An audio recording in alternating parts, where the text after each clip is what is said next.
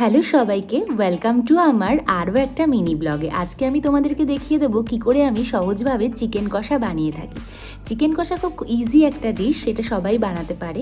আমি মশলার জন্য যেগুলো ব্যবহার করেছি, পেঁয়াজ কুচি, রসুন, টমেটো, শুকনো লঙ্কা এবং জিরে, সমস্ত কিছু ভালো করে মিক্সিতে বেটে নিয়েছি। তারপরে আলুগুলোকে ভালো করে ভেজে নিয়েছি।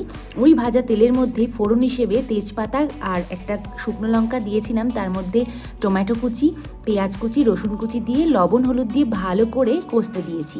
আর ওই মশলা যেটা করেছি সেটা চিকেনের মধ্যে দিয়ে ভালো করে ম্যারিনেট করে নেব খানিকটা তেল দিয়ে। ম্যারিনেট হয়ে যাওয়ার পরে ওই ভাজা পেঁয়াজের মধ্যে চিকেনটা দিয়ে দেবো, তারপরে কিছুক্ষণ কষিয়ে আলুটাও দিয়ে দেবো। আমি গোটা রসুন খাই চিকেনে, তাই জন্য গোটা রসুনটাও চিকেনে দিয়ে দিয়েছি। গরম জল দিয়ে বেশ খানিকক্ষণ ফুটিয়ে নেব, সেদ্ধ হওয়া অবধি। গরম মশলা দিয়ে আরেকটু ফুটিয়ে নিয়ে নামিয়ে নিলেই পরিবেশন করে নেব গরম গরম ভাতের সঙ্গে চিকেন কষা। কেমন লাগলো?